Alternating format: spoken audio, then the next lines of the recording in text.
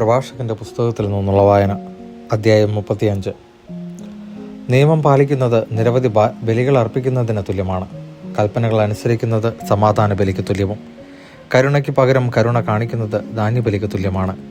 ഭിക്ഷ കൊടുക്കുന്നവൻ കൃതജ്ഞതാബലി അർപ്പിക്കുന്നു. ദുഷ്ടതയിൽ നിന്നൊഴിയുന്നത് കർത്താവിന് പ്രീതികരമാണ്. അനീതി വർജിക്കുക പാപപരിഹാര ബലിയാണ്. വെറും കൈയോടെ കർത്താവിനെ സമീപിക്കരുത്, എന്തെന്നാൽ ഇവയെല്ലാം അനുഷ്ഠിക്കാൻ നിയമം അനുശാസിക്കുന്നു.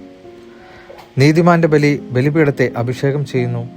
അതിൻ്റെ സുഗന്ധം അത്യുന്നതന്റെ സന്നിധിയിലേക്ക് ഉയരുന്നു. നീതിമാന്റെ ബലി സ്വീകാര്യമാണ്, അത് വിസ്മരിക്കപ്പെടുകയില്ല. കർത്താവിനെ മനം തുറന്ന് മഹത്വപ്പെടുത്തുക. ആദ്യഫലം സമർപ്പിക്കുമ്പോൾ ലുബ്ധ കാട്ടരുത്. കാഴ്ച സമർപ്പിക്കുമ്പോൾ മുഖം പാടരുത്. സന്തോഷത്തോടെ ദശാംശം കൊടുക്കുക.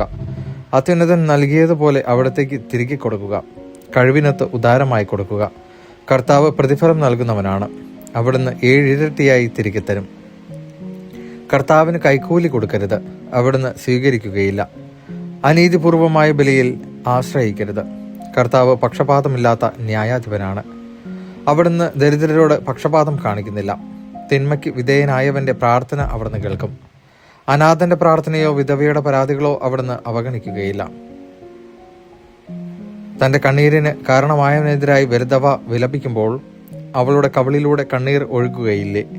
കർത്താവിന് പ്രീതികരമായ ശുശ്രൂഷ ചെയ്യുന്നവൻ സ്വീകാരനാണ്.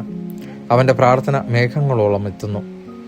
വിനീതന്റെ പ്രാർത്ഥന മേഘങ്ങൾ തുളച്ചു കയറുന്നു. അത് കർത്തൃസന്നിധിയിലെത്തുന്നതുവരെ അവൻ സ്വസ്ഥനാവുകയില്ല. ന്യായവിധി നടത്തി നിഷ്കളങ്കന് നീതി നൽകാൻ അത്യുന്നതൻ സന്ദർശിക്കുന്നതുവരെ അവൻ പിൻവാങ്ങുകയില്ല. കർത്താവ് വൈകുകയോ സ്വസ്ഥനായിരിക്കുകയോ ഇല്ല. അവിടുന്ന് നിർദ്ദയന്റെ അരക്കെട്ട് തകർക്കുകയും ജനതകളോട് പകരം വീട്ടുകയും ചെയ്യും.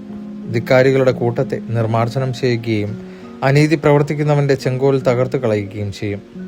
മനുഷ്യന് പ്രവർത്തിക്കൊത്തും പ്രയത്നങ്ങൾക്ക് അവയുടെ വൈഭവത്തിന് അനുസരിച്ചും അവിടുന്ന് പ്രതിഫലം നൽകും. തന്റെ ജനത്തിന്റെ പരാതികൾക്ക് വിധി കൽപ്പിച്ച് തന്റെ കരുണയിൽ അവരെ ആനന്ദിപ്പിക്കും. വരൾച്ചയുടെ നാളുകളിൽ മഴക്കാറ് പോലെ കഷ്ടതയിൽ കർത്താവിന്റെ കരുണ ആശ്വാസപ്രദമാണ്. ദൈവവചനമാണ് നാം കേട്ടത്.